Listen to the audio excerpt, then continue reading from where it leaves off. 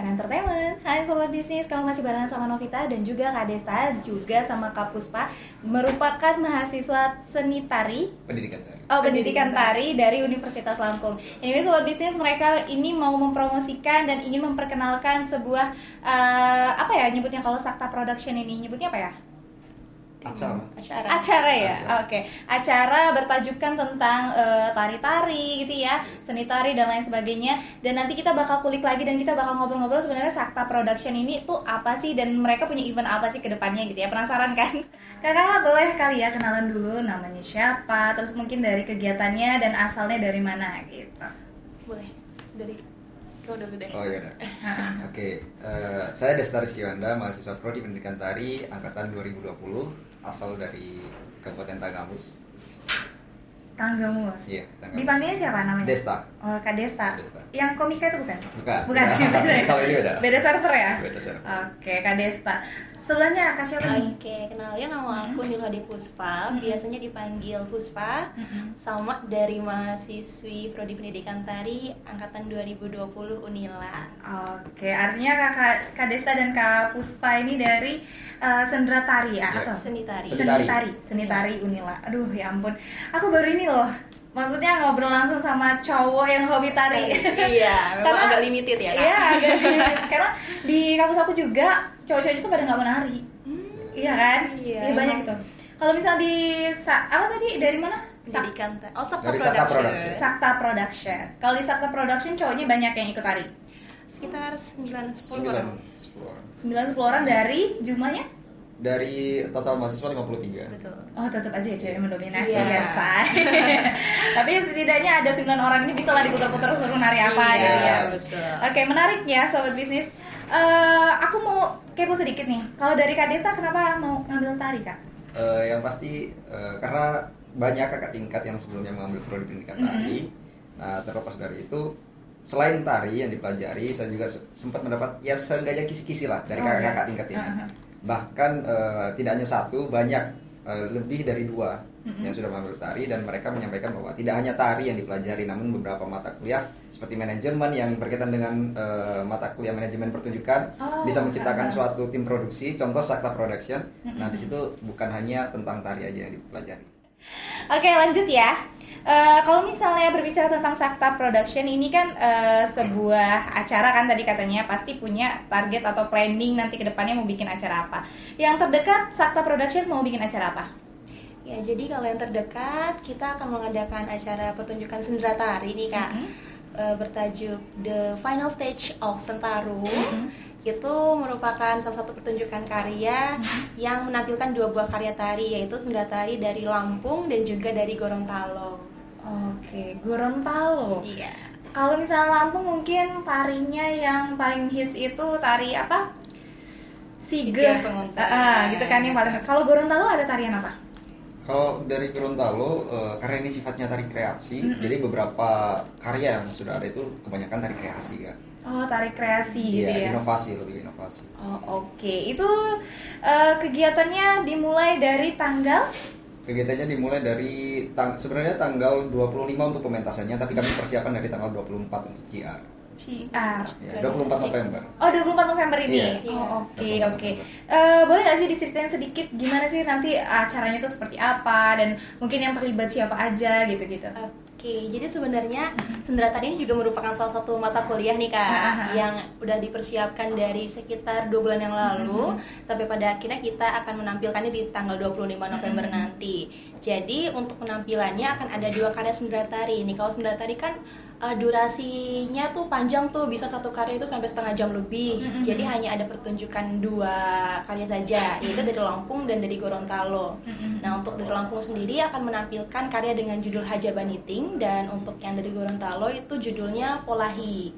Jadi untuk nanti akan ada apa saja, biasalah seperti biasa dibuka oleh opening MC.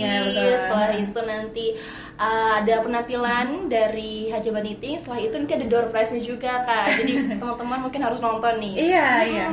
Nah, setelah itu baru akan ditampilkan sendera tari Polahi. Lalu baru habis itu nanti ada flash mob ya Kak Desta.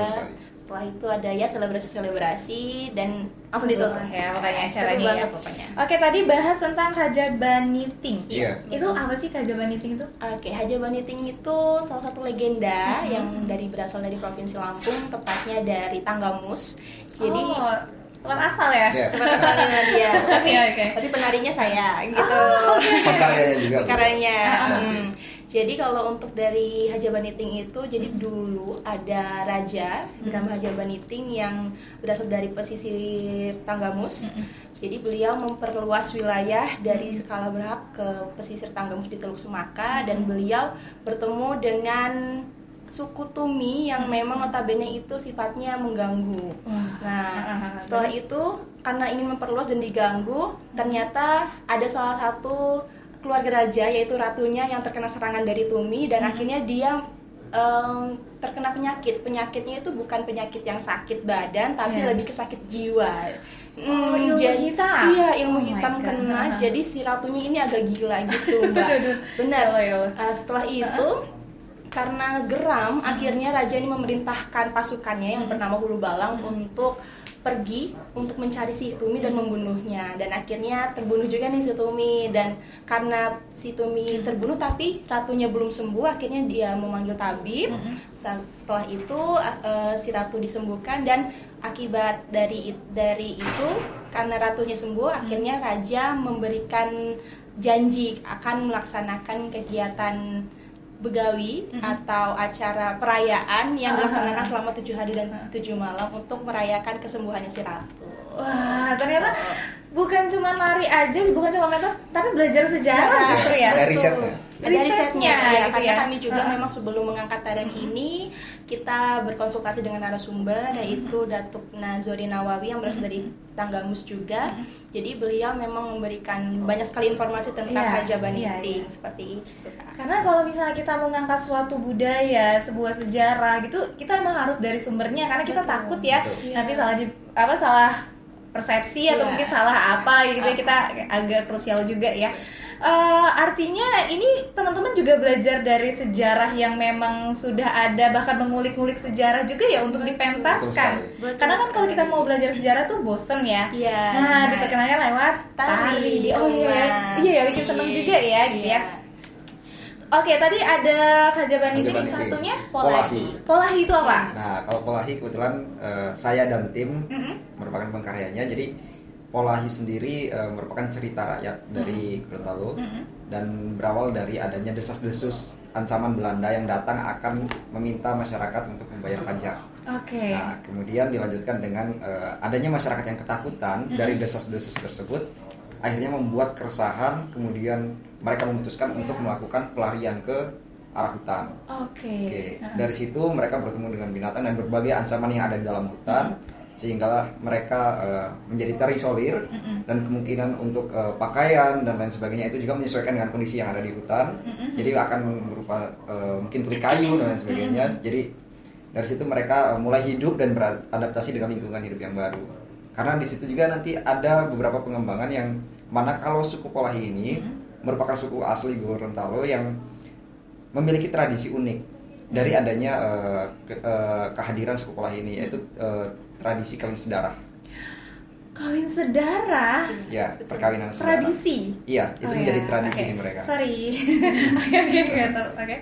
Itu menjadi tradisi di mereka, dan sampai sekarang pun masih ada. Orang Polahinya juga sampai sekarang masih ada. Masih ada. Dan kami juga mendapatkan sumber dari orang yang pernah datang langsung menemui suku Polahi tersebut. Wow. Tapi mereka sudah terjamah belum sama modernisasi sekarang gitu? Dan apa yang mereka lakukan itu mungkin buat kita yang orang yang sudah pernah belajar tuh ini tuh nggak benar, kita tuh gimana gitu, sudah pernah terjamah seperti itu belum? Sudah. Dan tapi mereka ada beberapa mungkin contohnya seperti Baduy kali ya. Oh iya, suku Baduy. Ada Baduy dalam, Baduy luar iya, gitu. betul. Nah, kalau suku Polahi juga masih ada suku Polahi yang memang berbaur dengan masyarakat. Kemudian lumayan agak ke tengah lagi di dalam hutan. Ada yang pedalaman seperti itu. Oke, keren banget ya sebenarnya. Sebenarnya itu keren banget loh. Zaman sekarang ternyata masih ada beberapa suku yang masih mempertahankan adat dan istiadatnya dan budaya, dan teman-teman justru yang mengangkat budaya itu. Keren banget. Aku juga baru tahu nih tentang suku Polahi. Mungkin sekarang tuh aku lebih taunya tentang suku Baduy, itu aku udah tahu. Mungkin mereka agak sama-sama lah ya gitu ya. dari sebanyaknya sejarah, kenapa ngambilnya Kaja Baniting sama Polahi? Kenapa tuh? Oke, Siapa yang mungkin menjawab? bisa Kak Puspa dulu kan. Kaca Baniting ya. Oke. Oke, kalau kenapa mengangkat Haja Baniting? Sebenarnya karena di Lampung ini belum banyak karya yang mengangkat cerita tersebut gitu. Karena ceritanya cukup complicated ya, Iya. dari mulai hijrahnya raja sampai bertemu anak tumis, terus kemudian ratunya sampai gila dan akhirnya merayakan penyembuhan tuh kayaknya kalau diangkat dalam sebuah karya kayaknya menarik deh. Iya, betul. Gitu. Makanya kami satu tim itu sepakat deh untuk mengangkat Haja Baniting dan itu juga sebagai bentuk kita melestarikan budaya di Lampung gitu, karena kita kan orang-orang Lampung nih. Iya, betul. Biar kita juga bisa memberikan informasi pada teman-teman yang mungkin belum tahu kisah Haja Baniting, akhirnya tahu nanti kalau misalkan sudah menyaksikan pertunjukan sendera tari kami. Oke, ini kegiatan ini per angkatan atau satu angkatan terbagi lagi dalam beberapa kelompok atau bagaimana? Iya, kalau sendera tari ini memang kegiatan angkatan yang dibagi menjadi 2 kelompok gitu. Oh, 2 kelompok ini ditentukan dari pihak kampusnya. Iya, dari dosennya. Oh, gitu. oke. Berarti nggak bisa milih-milih temen ya. Yang Bisa. circle bisa nih Mas circle. Harus satu kelompok gitu. Ada satu Iya, kelompok. satu kelompok. Dan kalau misalnya satu angkatan itu jumlah rata-rata mahasiswanya berapa banyak sih? Kalau angkatan kami 53 53 orang. 53 orang, artinya ada yang 26, ada yang 27 ya? Kalau kami 24 dan Dan 20. berapa sisanya? Tanya. Oh iya, oke.